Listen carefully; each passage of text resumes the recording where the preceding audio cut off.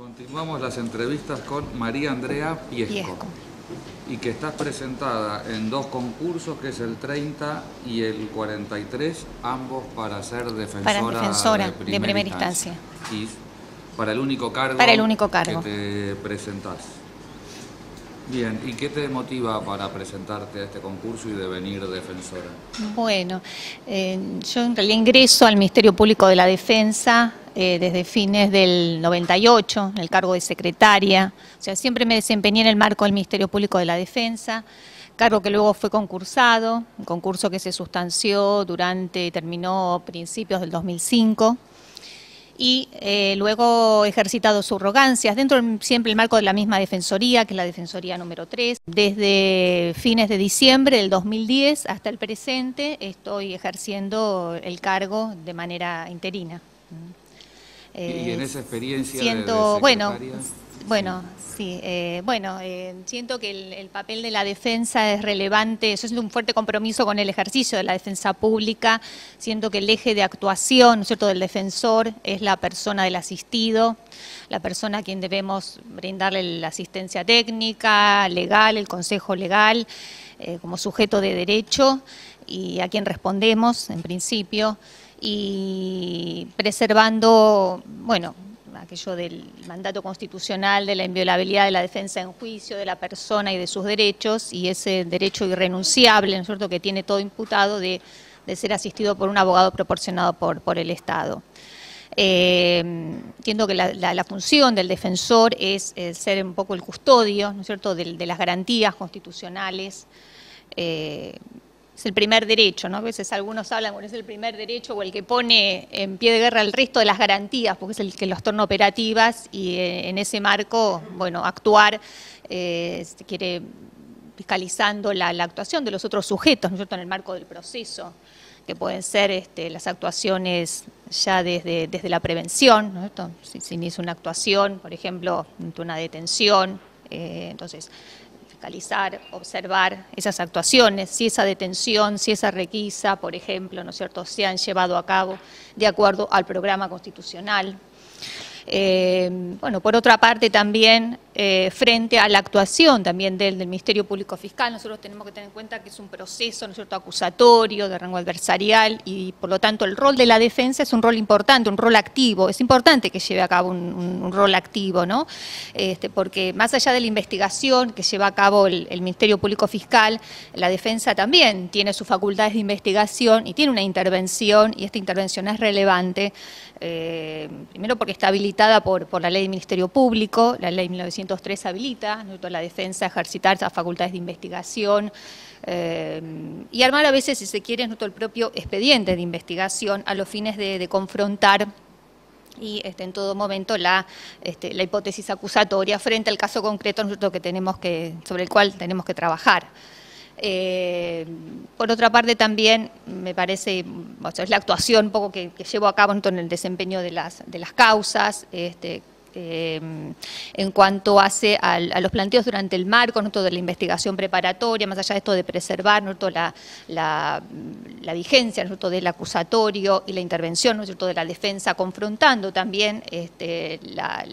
actuación de, por ejemplo, si hay diligencias periciales, si hay pericias, si hay prueba pericial, que el defensor, ¿no es cierto?, sea primero en un lugar debidamente notificado, que pueda proponer los peritos, que pueda de esta manera controlar la etapa probatoria. Y luego ya, si la causa es requerida a juicio, en la etapa de formulación de requerimiento de juicio, poner énfasis, por lo menos en mi mecanismo, ¿no es cierto?, de trabajo, ¿no es cierto?, poner énfasis en que el juez de la investigación preparatoria lleve a cabo un contralor respecto del mérito de la acusación, ¿no es cierto?, en cuanto a, muchas veces nos encontramos con investigaciones preparatorias que no tienen un sustento probatorio suficiente, o frente a acusaciones donde existen algunos vicios. Entonces, en cuanto a la formulación técnica de la acusación, entonces, la defensa actúa y el código, ¿no es cierto?, nos habilita, porque el espíritu del código, un poco el Código Procesal Penal de la Ciudad, ya sea frente al planteo de excepciones que pueda plantear durante la etapa, ¿no?, de requerimiento de juicio, el traslado del requerimiento de juicio, planteamiento de excepciones, planteamiento de nulidades y sobre todo el planteamiento de excepciones que permite bueno, contrarrestar, digamos, la acusación, y asimismo permite que se resuelva en un tiempo oportuno la situación procesal del imputado. En cuanto que, bueno, excepciones de falta de acción, por ejemplo, fiscalizar si tener el plazo de la investigación preparatoria, nosotros si ese plazo está cumplido o no, desde cuándo empieza a contar el plazo. El criterio del código es que va a empezar a contarse desde la intimación del hecho, unas posturas planteadas desde la defensa y sostenidas por algunas salas del fuero, entiende que ese momento a partir del cual se inicia ese plazo de la investigación preparatoria debe ser un término anterior a la intimación del hecho, así, por ejemplo, desde el momento en que el imputado toma conocimiento de la existencia de una causa en su contra. Por ejemplo, que puede ser desde el momento de la detención, el caso de flagrancia. Sería entonces esa la primera oportunidad a partir de cual empezaría a cortar el plazo. Entonces, bueno, entonces en la articulación de estas excepciones planteadas en esta etapa, si se quiere, entonces, previa al debate, ¿no? Porque justamente, bueno, el fin es, de algún modo, entonces, que se resuelva en ese tiempo oportuno la situación del imputado. Por ejemplo, si prosperase una excepción de falta de acción, por ejemplo, esto implicaría la clausura de la potestad punitiva y peticionar el sobreseimiento del defendido, ¿no? O excepciones, por ejemplo, de atipicidad manifiesta, que también incluso el Código permite que estas se sustancien, porque el planteamiento de las excepciones uno puede ofrecer prueba, y esto permite, bueno, de alguna manera también, si nos remitimos un poco al debate parlamentario, bueno, este es el sentido, ¿no?, de la legislación, es decir, bueno, que en esa etapa previa a la etapa de juicio pueda entonces articularse estas defensas y bueno, poder resolver la situación del imputado en este tiempo oportuno, ¿no? Bueno, también en cuanto a nulidades, que nulidades pueden estar configuradas porque a veces una descripción que puede no ser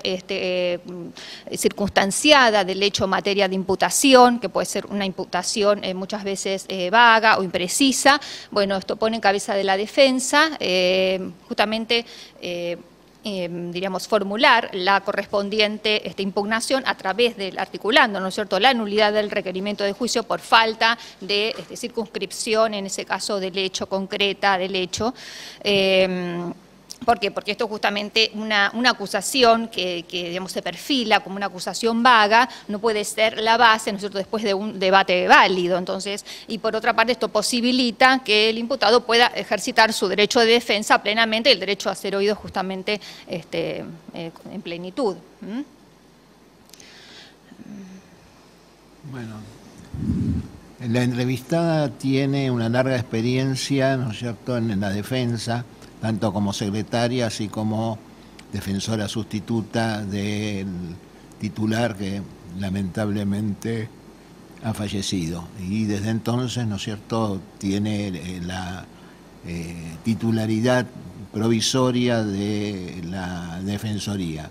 Desde ese ángulo, es decir, ¿cuáles serían los aportes que podría realizar la entrevistada respecto a la actividad que desarrolla la Defensoría General respecto al apoyo que brinda a las defensorías en particular, y cuáles serían los aportes o las críticas positivas o negativas que realizaría respecto a la actual gestión? Bueno, contamos, diríamos, con un amplio esquema de sustento, ¿no es cierto?, institucional. Y esto implica, en primer lugar, la oficina de atención de personas privadas de la libertad, ¿no?, en primer lugar, que es el primer contacto, ¿no es cierto?, en los casos de detención, ¿no es cierto?, de detención en flagrancia, el primer contacto que se recibe la oficina de personas privadas de libertad, el defensor. ¿Qué hace el defensor? Inmediatamente se comunica y inmediatamente, bueno, en mi caso, yo me constituyo también en el lugar de la dependencia policial, que eso me parece que es relevante porque es importante que a partir de ese momento nosotros ya empiece, si el defendido no tiene un abogado de su confianza, ¿no es cierto?, bueno, pueda actuar justamente el defensor oficial y empezar a sellar justamente ese vínculo de confianza entre el imputado y el defensor. Y por otra parte, porque es importante la información que se puede tener desde esos aspectos preliminares del proceso, ¿cierto? La información que va a dar el imputado es importante. Y entonces, en ese esquema, bueno, la Oficina también de Asistencia Técnica, que permite justamente, nosotros recurrimos permanentemente, porque, bueno, en los casos de, por ejemplo, requerimiento de pericias, es decir, a veces necesitamos que comparezca un perito médico a los fines de detectar cuál es el estado psicofísico que presenta el imputado, entonces inmediatamente tenemos, o bien extraer fotografías, ir al lugar del hecho, ¿no? Todo eso, el defensor, bueno, muchas veces yo voy y me constituyo en el lugar, pero contamos también con este equipo de soporte institucional que es muy relevante, peritos, bueno, traductores, ¿no es cierto?, peritos bueno, calígrafos, hasta peritos veterinarios hemos necesitado también en una oportunidad y también contamos, diríamos, con este aporte. Y en un tiempo también inmediato, ¿no es cierto?, que esto da un soporte importante. Y otra situación también relevante que a veces se nos suscita en el marco de la defensa de las causas, el caso que el imputado no tenga un arraigo, ¿no es cierto?, entonces tengamos que buscar inmediatamente un lugar para generar, en otro caso, bueno, que tuviera un parador y constituir pues es un elemento a los fines de acreditarlo en la causa, sobre todo, ¿no es cierto?, frente a la eventual postura del Ministerio Público Fiscal que pueda requerir o la prisión preventiva, ¿no? Entonces, en el caso que no tuviese arraigo. Después, bueno, el equipo de Oficina de Intervención Interdisciplinaria, que también con la que trabajamos permanentemente, sobre todo en los casos de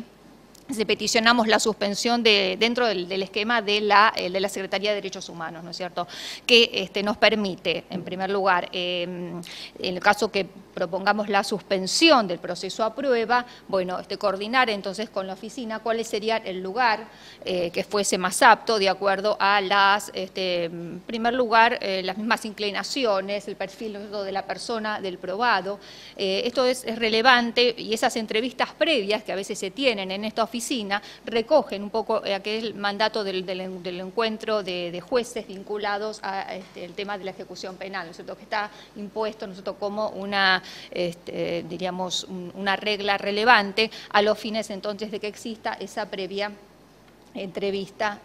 con el equipo interdisciplinario. Bueno. Yo creo que es suficiente. Muchas gracias. Muy bien. Bueno, buenas tardes. No, buenas tardes.